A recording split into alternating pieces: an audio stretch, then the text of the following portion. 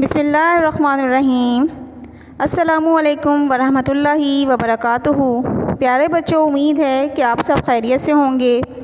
مہرہ public higher secondary school Sukkur سے آپ کو کلاس ششم معاشرت علوم کے سبق نمبر 4 چٹانیں کے بارے میں سمجھاؤں گی۔ یہ اس سبق کا پہلا لیکچر ہے۔ آج میں سبق نمبر 4 چٹانیں کے جو مقاصد سمجھاؤں گی وہ یہ ہیں۔ چٹان اور معدنیات کے درمیانی فرق کو جان سکیں گے، چٹانوں کی اقسام اور چٹانوں کی حیت ترکیبی کو سمجھ سکیں گے اور چٹانوں کی اہمیت کو جانیں گے۔ چٹانیں کیا ہیں؟ چٹان قدرتی طور پر پائے جانے والے ایسے مادے کو کہتے ہیں جس میں کیمیائی اجزاء یا معدنیات موجود ہوں۔ چٹانیں زمین کا اوپر والا حصہ بناتی ہیں۔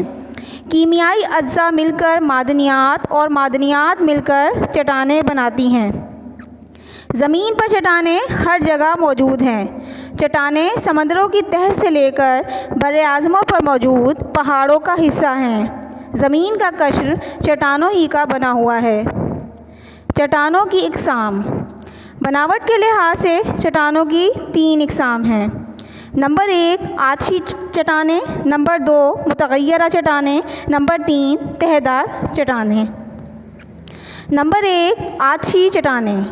زمین کے بیرونی ٹھوس حصے کے نیچے آتشی مادہ بہت زیادہ درجہ حرارت میں موجود ہے۔ بعض اوقات زمین کی کسی اندرونی حرکت کے باعث یہ مادہ مائع بن کر شگافوں کے ذریعے سطح زمین سے باہر نکل آتا ہے اور ٹھوس شکل اختیار کر لیتا ہے اور یوں آتشی چٹانیں وجود میں آتی ہیں۔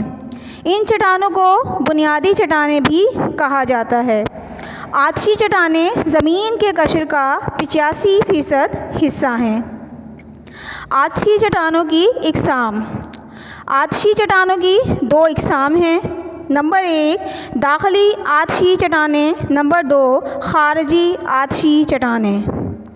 نمبر 1 داخلی آتشی چٹانیں۔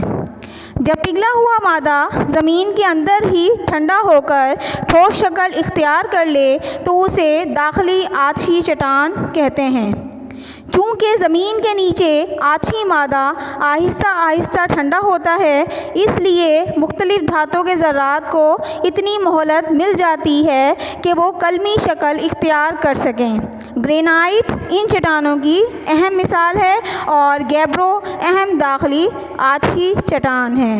ان چٹانوں کو ان کی جسامت اور شکل کے لحاظ سے بھی پہچانا جاتا ہے، جیسا کہ سل، ڈائک وغیرہ۔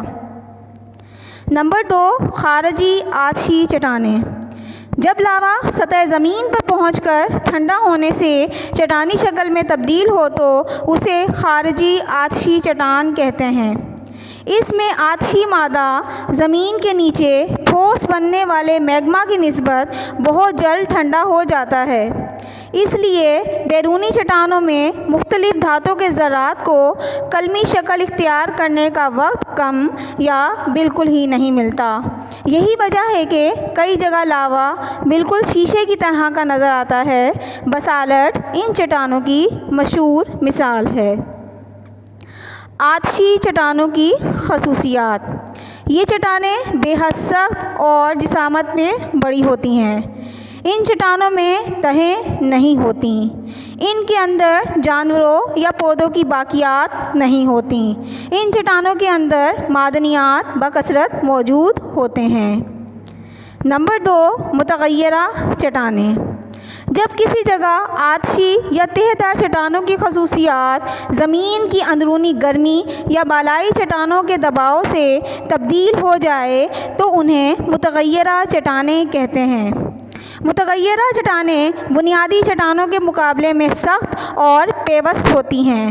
جس طرح چکنی مٹی کو بھٹی کے اندر ڈال دیا جائے تو وہ سخت ہو جاتی ہے اور دباؤ پڑنے پر ٹوٹ جاتی ہے، اسی طرح متغیرہ چٹانیں بھی سخت ہوتی ہیں۔